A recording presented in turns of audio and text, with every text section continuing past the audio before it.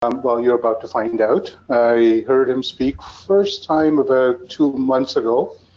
And from my personal experience, I can tell you he knows what he's talking about. So when he tells you he's got a secret recipe to grow your club and how to sell your club, believe me, he's got something to share. So without further ado, Jonathan, mic's all yours. Thank you very much, Basil, for your kind words there. And I assure everybody that sometimes everything seems as new to me as it may to you. And I look on that actually as kind of a virtue, because I think that no matter how long we've been in Toastmasters, one of the exciting things about the program is that there is always something new to learn, and that we are also all in this together. We are a community, and we work together, and we learn from and teach each other. So thank you, everybody, for attending on, I don't know what the weather is everywhere, but where I am, we've got about 40-mile-an-hour ice-cold winds blowing through. So I'm rather comfortable being here inside tonight and talking to you about something that I'm actually quite passionate about. And that is not just club growth, but about building our clubs, strengthening our clubs, and this new to me concept of value selling. I want to talk just a little bit about club growth and why club growth is important. And I'm sure that everyone here tonight is listening and watching because you know very well that club growth is important and that it is a bit of a problem for all of us. We want to build strong clubs, and that does mean having a certain number of members. And speaking of numbers, I hope we don't have an or counter, because I've just said about 14 here myself. Moving on, we are not in the greatest shape in terms of our club growth. As you may know, we offer club coaches to clubs that have fewer than 12 members. And the current statistics, which I don't believe are 100% true because of some bookkeeping errors, but we do have right now about 45 of our 114, 113 clubs that are below 12 members. So certainly there's plenty of room for growth and need for growth. With that as our understanding, I want to talk about this value selling. And in August, I had the very good fortune to go to the International Convention in Chicago, where all of us had some extensive and exhaustive and exhausting training. And one of the items that we were trained on was this value selling. And the minute I heard it, I knew that there was something in this, that it had caught the attention of the people at Toastmasters International to give this to us, because it's a wonderful tool. And it's actually quite simple. It's not something that requires any great knowledge base other than your own personal knowledge and understanding of the value of Toastmasters. Moving through my slides here. Our district mission statement, I hope you're all familiar with this, is we build new clubs and support all clubs in achieving excellence. And our distinguished international president, Lark Doley, gave a somewhat revised version of the district mission statement, which I really am fond of, and that is, we build sustainable clubs and support all clubs in sustaining excellence. And I think that's what we're here to talk about tonight, is how we can strengthen and keep you all, your clubs, sustained in achieving the excellence. And that does come through some club growth efforts, at least as far as we're talking about tonight. I know there's other factors that come in. So the first thing, some of this is a little bit of a rehash of the webinar we had last month on value selling, and we want to look at what is value. Value is defined as the importance, worth, or usefulness of something. And I'm sure the minute personally I see the minute usefulness, and I think that is where Toastmasters really has it. That's my opinion. You may have a different one. But price is what you pay, Warren Buffett says. Value is what you get. And that is what we want to sell. Not anything about the minimal dues that we have, but really what you can get from Toastmasters, and how to sell that to a prospective member is what we're going to talk about tonight. So a brief summary of value-based selling, as you can see on the screen, is rather wordy here: the process of understanding and reinforcing the reasons why Toastmasters is valuable. It's what we have to offer. And through value-based selling, you should increase the likelihood of a transaction, which in our terms means a new member. So always sell the value of Toastmaster, not the cost. The cost is actually inconsequential. It's a detail. So some of the basics of the value selling for club growth boil down to understanding the situation, defining the problem, clarifying the short-term and long-term implications of that problem, and then quantifying what we call the need payoff, which are the benefits that the customer will gain from joining Toastmasters and becoming an active and involved participant. And if you look at these, and then this is the primary outline of what we're going to be talking about here tonight. I wanted to just touch back on that last one. I think I left that a little bit hanging there about the cost. And I think there's a slight danger sometimes in telling people how low priced Toastmasters is. It is an encouraging point that somebody knows they're not putting their life savings to join for 6 months or a year. But if you sell it as, gee, it's only $45, that's poor salesmanship, because if somebody tells me that a car costs only $14,000, I'm thinking, it's not much of a car. And the interesting thing about Toastmasters is that our program is dirt cheap, but it's also priceless in terms of what it offers. So there isn't really that much correspondence between the price and the value. So moving on, and I want to invite people to offer at any point, if you have a question, please feel free to either type it in the chat box or verbally, loudly interrupt me. The basic essential of value selling is that you are focusing on the value of solving their problem. In this case, when I'm talking about that is the prospective member. Now, the prospective member comes to us in a couple of different ways. One is somebody who walks into our club meeting. They've checked our websites out. Perhaps a friend has recommended. Those are actually what we might call lower hanging fruit, because people who are arriving are probably predetermined that they want to join.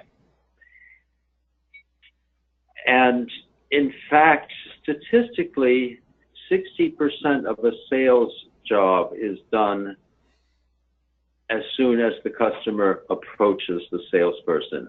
So in that case, that means when somebody comes in the door. And I think some of this comes back to the moments of truth, how we greet the people and make them feel comfortable, how our meetings have to be stimulating and energizing and inviting. I'm not talking about that tonight. Those are all very important things. What I'm going to be talking about is when that person walks in the door and you speak to them. Or it may not be when they walk in the door. It might be during your break. It might be after the meeting. But it's how you talk to them and how you treat them.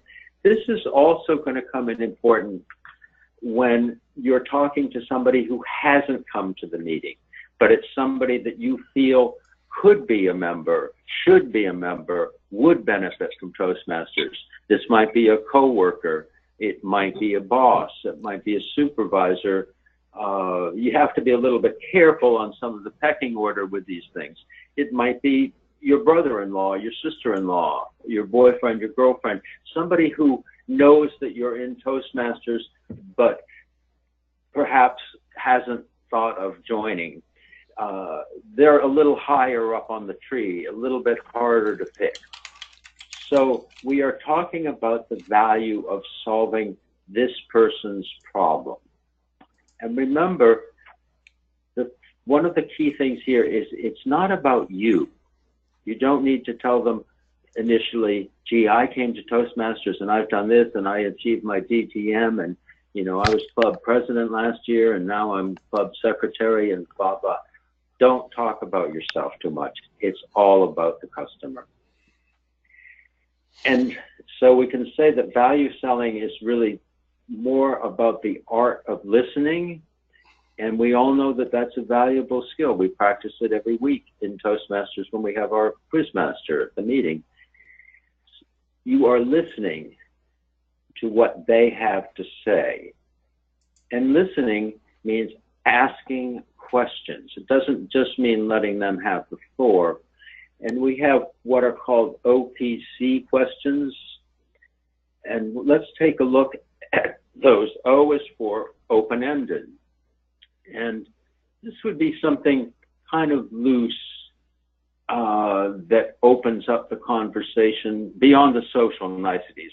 You know, we've moved through that pretty fast because we don't want to be wasting people's time on that. We want to get right to the core of things here. So an open-ended question might be something like, what are your pure personal reasons or what are your professional reasons for coming to Toastmasters? Maybe it's even, what do you do for a living? What's your work that's bringing you in? It's something that they will give an answer to, which should be fairly concrete. As in, they might say, just coming to this example, oh, I'm coming because there's a new opening at work and I want to get that upper level job. You confirm back, this is the C part of the OPC. Whatever they say, you encapsulate it, condense it, and put it back to them. That gives them the opportunity to understand that you've been listening. They now have some trust in you because they know that you're listening, that you're not gazing across the room, figuring out, you know, your shopping list for tomorrow. You are affirming that you're listening. It's also a clarification point of, they might have said, I'm hoping to get a promotion at work, and you say, oh, you're hoping for a managerial role, and they might say, no, I really want to be in charge of the design studio. That's coming from my professional background. But you're confirming back, and it can be kind of a question, and this process can continue a little bit back and forth. Then you move into the P part of the OPC, which is the probing questions. And I think this is really where it gets very interesting. Because if the person has said to you, well, you know, I'm trying to get noticed at work because I want a promotion, you are going to ask a probing question such as, well, have you struggled with getting your boss's attention? Have you struggled with presentations? The probing question is going to be coming from the open-end, their answers to the open-ended and their affirmation of your confirming questions. Probing questions, you need to be prepared for them. And please don't misunderstand me. When I say you, I mean we, but I'm sometimes using second person. Please forgive me for that. we all need to think about what makes Toastmasters unique.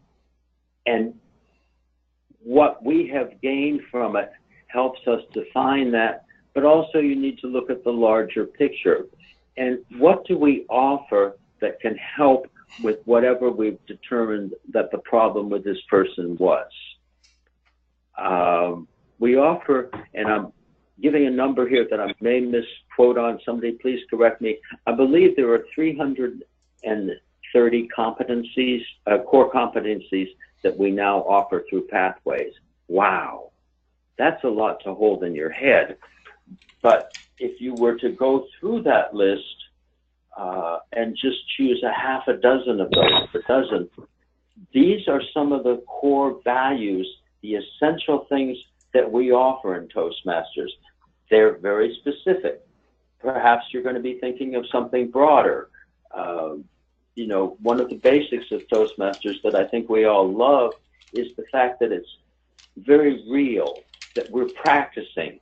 We go to our meeting every week, every other week, not just to be taught, but we get up there and we speak and we give feedback. It's hands-on experience. That's just one example, and I encourage, you know, this is something we can talk about, of what you're seeing, what you know about Toastmasters, how you feel about what you know about Toastmasters. And these can be very helpful in the probing question. Essentially, you're looking for, why is this purchase, which means in this case, coughing up the $45 plus $20 and joining Toastmasters, why is this purchase in the customer's best interest? What do we offer to them? And how will they benefit? You need to be prepared to answer those questions. If they ask them, you need to bring the answers up in your probative or your probing questions. And coming back to that, the 330 core competencies, I'm not going to go through the list. We could kill a couple hours on that. But think about it. And these were just a few thoughts of things that came to my mind when I was looking at it. We're a self-paced program. As I said, we have the hands-on practice. We offer feedback. We call them evaluations. I think feedback might be a little more generous term, a little less intimidating. I know some people, the idea of evaluation sounds a little bit like criticism. So that's neither here nor there. The fact is that we do offer peer-based evaluations, feedback, and you're encouraged to give feedback. It's a networking opportunity. If you're a professional club, but people, corporate clubs especially fall in this, but there's social networking. There's all kinds of business networking that's inherent in clubs. And of course, the biggest one that we offer in my book is Pathways. And I encourage everybody, I'm going to encourage two things. One of these, I think, is something that we're all a little bit struggling with, is learning to master how to use it. And I know some people are having a little bit of problem with the user interface. I've heard a lot of people say, once you get into it, it's really not too bad. That's rather damning praise. And I hope that as time goes on, we'll turn that around to say, wow, it's wonderful. And for those of you, and I'm afraid that there are quite a few, if not you that are here tonight, but perhaps members in your club that you know are a little bit down about Pathways. And this is natural. There's a human resistance to change. I would say stifle that, particularly when you have prospective guests in the room. Don't talk bad about anything about Toastmasters to a guest, but specifically, don't talk down about Pathways. It is a wonderful program. It is a little difficult to learn, but anything in life that's worth having requires some effort. In fact, Pathways offers a undreamed of potential for Toastmasters and for members, and we need to celebrate that. So that's kind of my 2 cents little thing there on pathways. But I think I'm going to recap that and say, always be positive, always be affirmative, always be boosting. That's just an essential core of any sort of how you treat a guest, especially if you want a guest to buy what you're selling.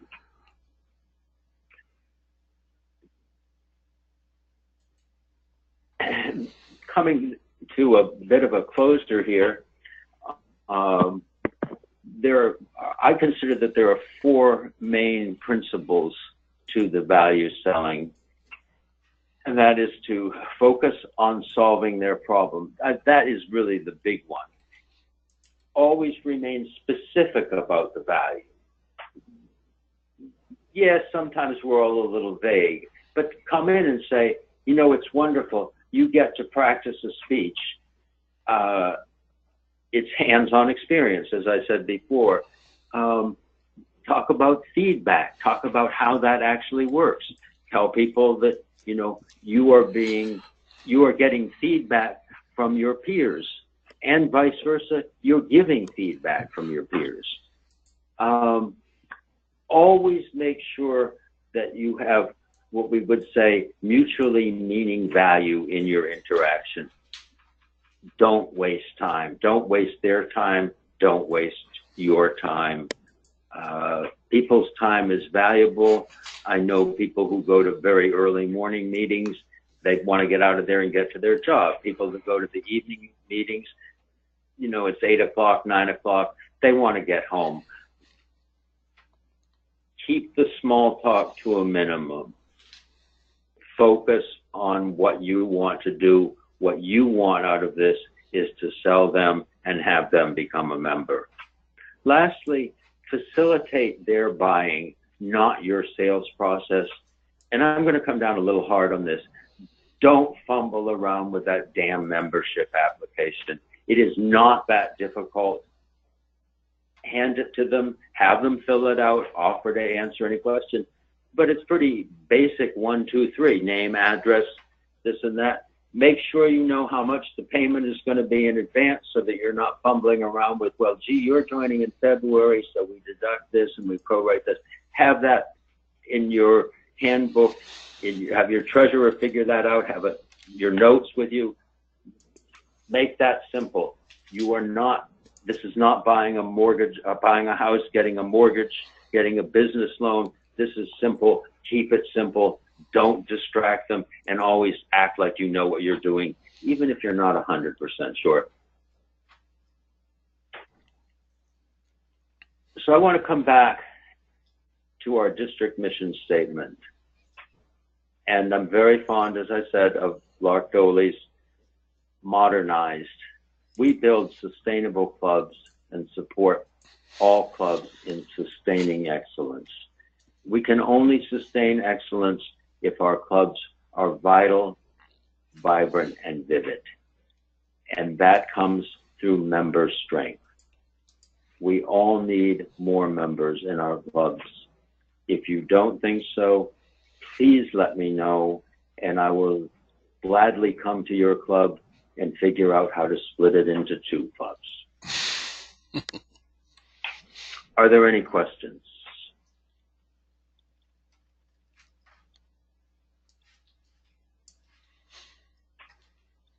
Hello, Jonathan. My name's Carolyn, and I'm in Nova Scotia.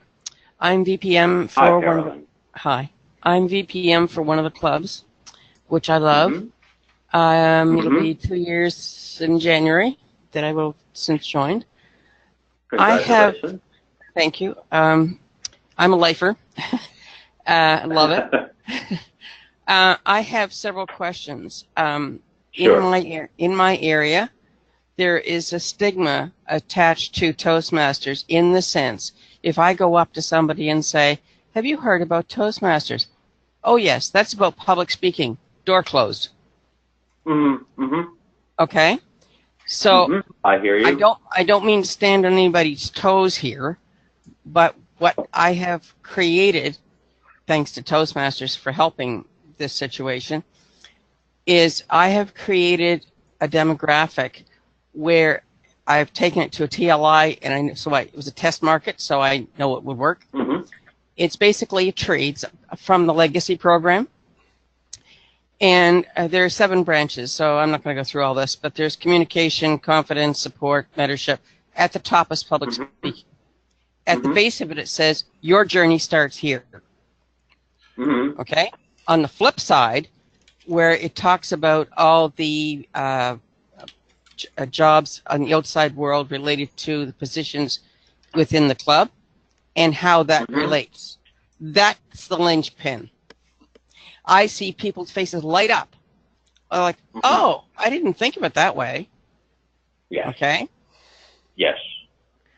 Have you nailed it. Have you come across? So, have you come across this situation? I have had that in social events where people say something about Toastmasters, and it's like, oh yeah, that's about public speaking.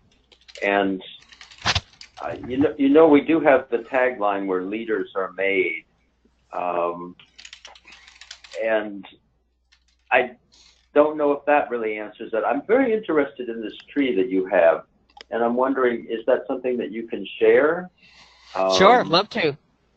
If you could send that on to me, and I'd love to see it, and I'd love to see how we can get that shared, perhaps in our newsletter, perhaps on our Facebook page or something like that, if you're willing. No problem. Oh, that'd be wonderful. Okay, let me take this one step further. Sorry for interrupting. No, sorry. I put in an article every time the newsletter comes out. It's called Calling All VPMs. And I'm doing... yes. Okay, you've seen it. Okay, there's one I just finished today.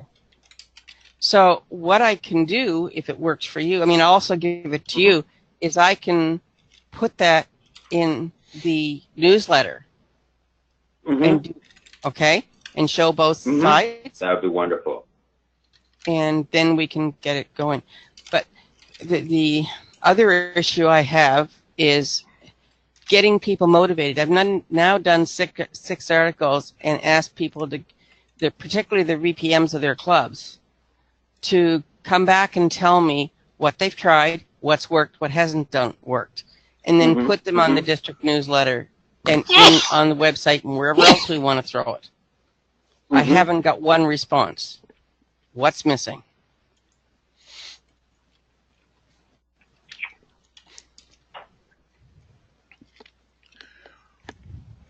I am going to give you 2 answers. These are just my initial thoughts. And one of them is that actually I'm going to expand on one of these. Is that there are certain people who are wonderful people in certain ways, but often they get hauled into a leadership position such as VP membership, not really because they wanted to.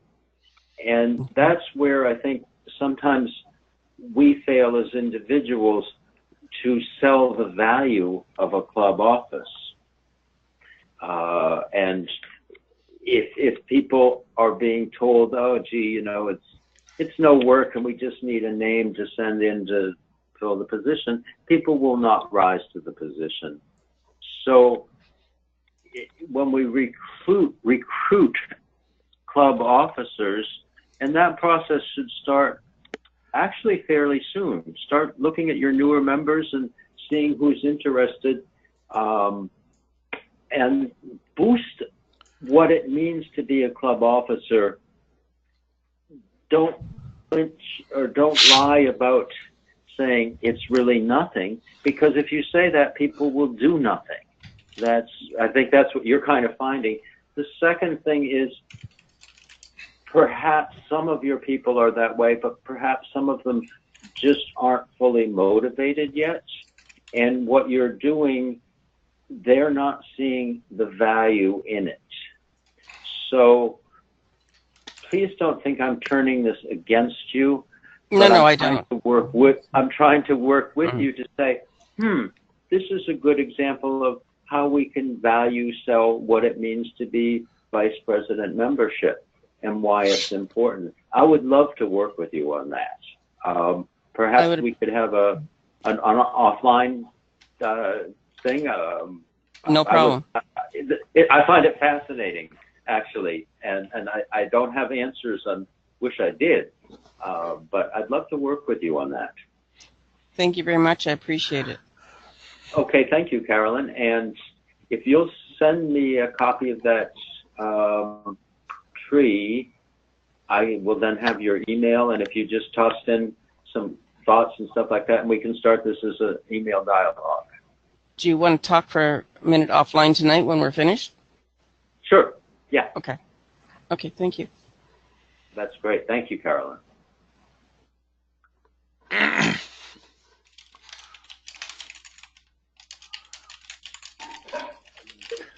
Any other questions?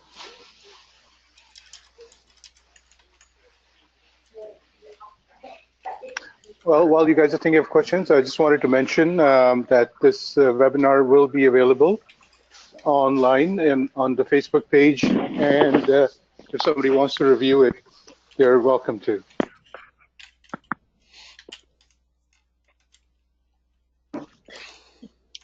I have a question, or I don't know if it's a question or a comment. How do you get people or get clubs to understand that sometimes change is a good thing?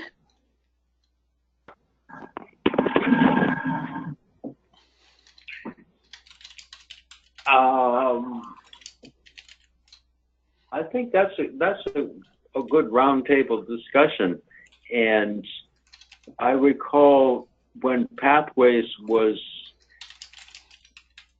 we heard for a while it was coming, and then when it was imminent that it was coming, I know Ann Pelkey in Division B, was a Pathways ambassador, had quite a bit of material on how people respond to change and how to deal with overcoming the resistance to change. And it's, to some degree, it's a deep psychological problem that is shared across humanity. And I don't want to be too philosophical about it, but I think it involves in Toastmasters, again, comes back to almost the value selling that I was talking to Carolyn about, and to really try to impress on people that, hey, look, this is to your benefit.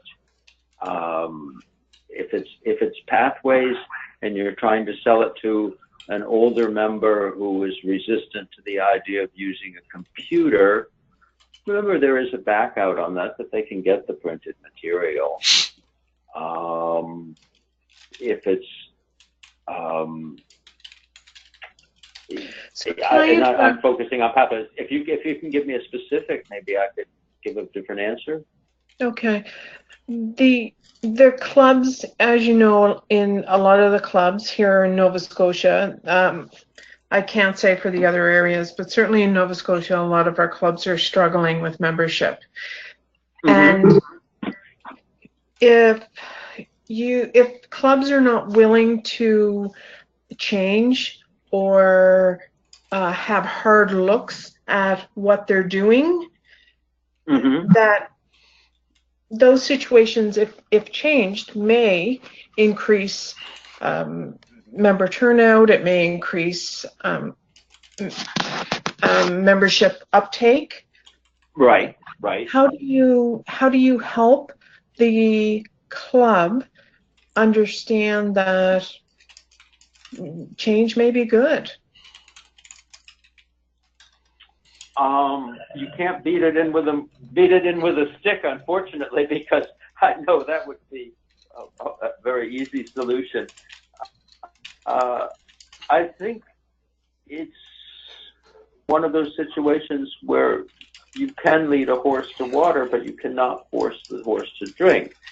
So what you want to do is put something in the water, perhaps as an apple bobbing in the water, so that the horse says, maybe I'll grab for that apple, and then takes a slurp of the water. That's not a very specific answer, but if you can build a rapport with a couple of key individuals to say, look, why don't we try this? Or why don't you try this? You have nothing to lose. You know, let's be blunt about it. If you're talking about a club that has 11 members and they seem to be going down the tubes, they don't have anything to lose. Things are not going to get worse. And if it's a question of, let's say, you know, they're meeting in a nasty location. I don't think there's any nasty locations in Nova Scotia, but, you know, if Certainly it's not an awkward place for people to get to or something like that, or is it, you know, are there meeting times perhaps inconvenient for people? And can, you know, would a change like that make a difference? Okay.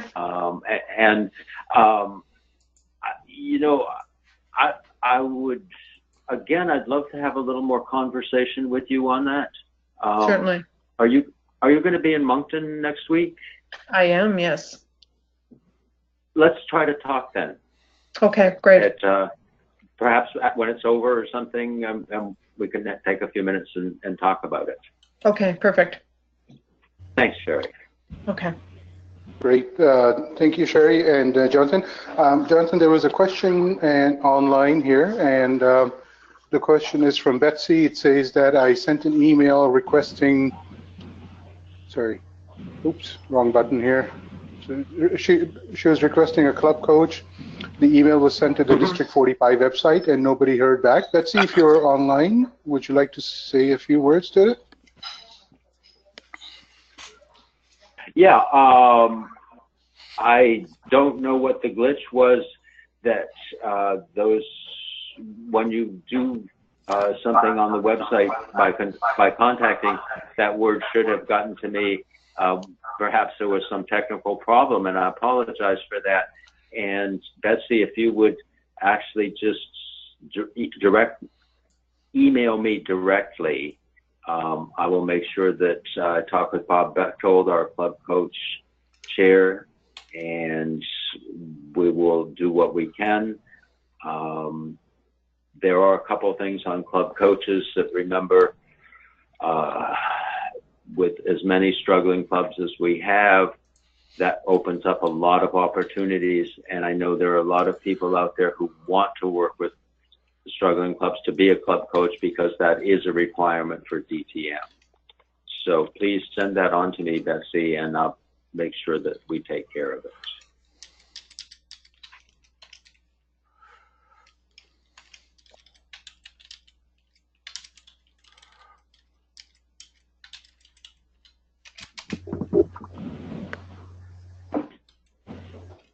I was wondering if people who are looking for members, if they know the type of things people are needing for their jobs, are they better to focus at? Like, I know myself, I do know that the international students at universities are looking to improve their English speaking skills. So we do get a lot of them.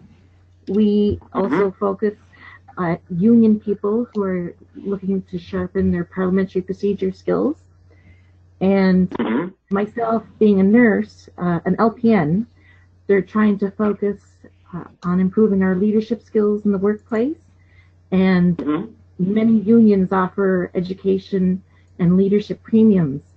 And that's another way where nurses can have a monetary incentive, especially around Christmas time, to sort of work at getting leadership skills. And this is a really good way of getting that. But a lot of people don't realize that. Yeah, no, thank you very much for suggesting that. Those are, I heard at least 5 different things there that we could all use. Again, what you've said, Roxanne, is stuff that comes into when we're talking to somebody of that initial question of what are you here for? And then once you get that, then tell them what Toastmasters can do. And, it's wonderful if when you're saying that to somebody, if you have another member in the room, perhaps I'm taking the case of one of your foreign students, perhaps you can invite that person over without putting anybody on the spot and say, yes, I joined for exactly that reason, and I'm loving Toastmasters. It's really helping me. So yeah, concrete examples, that comes back to being specific, and I think you've nailed it. So thank you. We still struggle like the rest of them, though.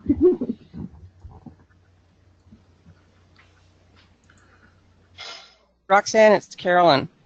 I just wanted to add something, and I wouldn't mind helping you if I can help at all. I'm in Halifax, and we have a government organization that oversees immigrants coming into the country. I'm going to start working on an HPL for Toastmasters groups for immigrants. Now, what I've done, because it's been done before, but it had a few glitches, but I've flipped it on its ear, and because there's so many different nationalities, I'm working with the association to set up Toastmasters by culture. Okay? Now, you may not be able to do that where you are, depending upon what your volume of international students are. But that way, you have a Toastmaster who's in with the group, and they make sure the meeting runs according to rules and regs. Mm. But that from the time the student enters, it does many things. From the time the student enters the room till the time they leave, they only speak English. They cannot speak they're not allowed to speak their own language. That's the criteria. So it helps them with their English. It helps them with their conversational.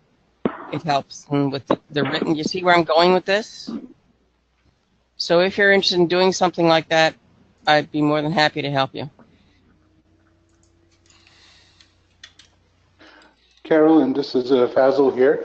I was wondering if you could send me your contact information. I'd love to talk to you about that as well.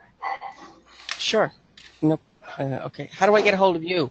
I don't know. I will send you an email. I'll text you my email address. Great. Thank you.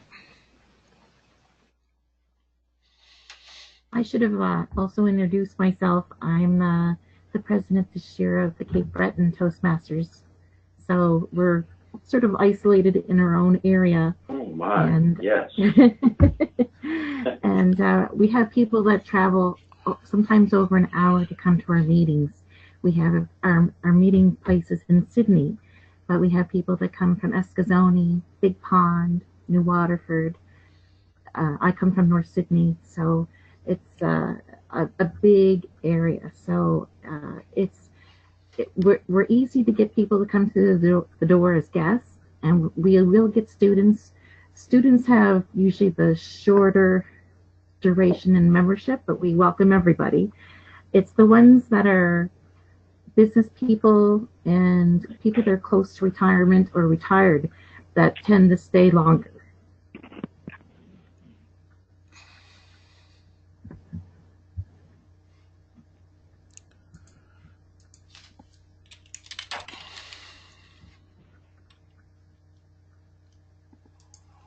Yeah, that's amazing, Roxanne, that the distances that people have to travel and are willing to. That's certainly a testimony of they are getting something from Toastmasters.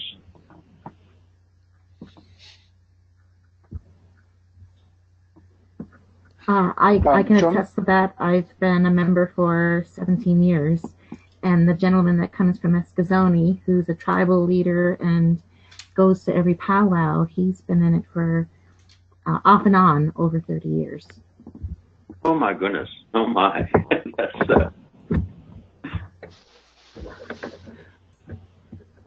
Jonathan, are you will be there on Saturday, right? At the in Moncton. Yes, I will. And I also just, in the chat box here, I just sent out my email to anybody so that they can contact me directly. But I will be there in Moncton, and I'm looking forward to being there, and certainly available either before or after or whatnot. Just come up to me and feel free to ask any questions, and we'll see what we can answer on a one-on-one.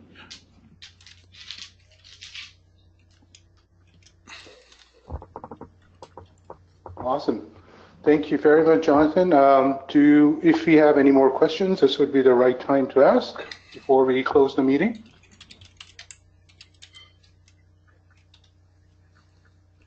Perfect. Well, Jonathan, thank you so much for taking the time. This webinar will be available on Facebook, on the District 45 Facebook page. Jonathan will be available to have a discussion. I think you said after the meeting, which ends at 4:30 on Saturday. I hope everybody's planning to be there, and looking forward to meeting everybody. Can I close this meeting now? Jonathan, do you have anything to say? Yes, just thank you everybody for attending, for your questions, and I know some of this may be a little bit new. So as Fazal said, it is available on our YouTube page, which you can access directly from our district website, and encourage you to go back and take a look and shoot me any questions you have at any time. I look forward to seeing everybody in Moncton, but I know everybody won't be there, and I know that questions are not limited to just 1 week or 1 day, so feel free at any point to holler. And I look forward, and I thank you all for all the hard work that you do.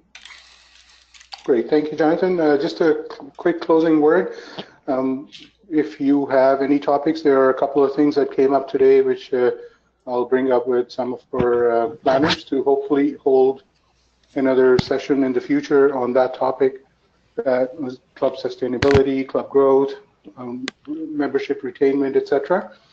And if you would like to hold one of these webinars, please feel free to reach out to me. I'm sending my address in the group chat so that you can pick it up. And feel free to reach out to me. Even if you have a vague idea, we can discuss it. And again, thank you very much for coming out tonight. It's not 40, it's not minus 40 here, or it's not windy here, but certainly was nice to be with a bunch of warm people. Thank you. This has been very helpful. Yes, it's been very informative. And Faisal and Jonathan, just so you both know, I will be in New Brunswick as well next Saturday. So I look forward to meeting you both there. Good, good. I will look forward to meeting you. Jonathan, I'll bring the tree with me because I'm changing a few things on it, but I'll bring it with me and give it to you that way. Yeah, that's perfect. That's perfect, because I'd love to look at it, and actually I'll have questions, I'm sure, and it will be good. We can fine-tune it. Yes.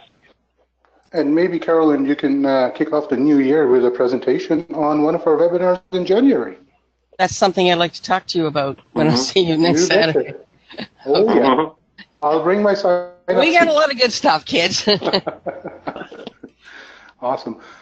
Well, thank you, everybody. Have a wonderful night, and we'll see you soon. Our next webinar is coming up middle of November, and it'll be on pathways. As everyone knows, that our deadline to have 100% map pathway membership is coming up fairly quickly, and so we will be discussing a few ideas and telling you where to get more help. So keep an eye on the Facebook page and your email. We'll be posting it shortly. Good night. Thanks, everyone. Look forward to seeing everybody who shows up.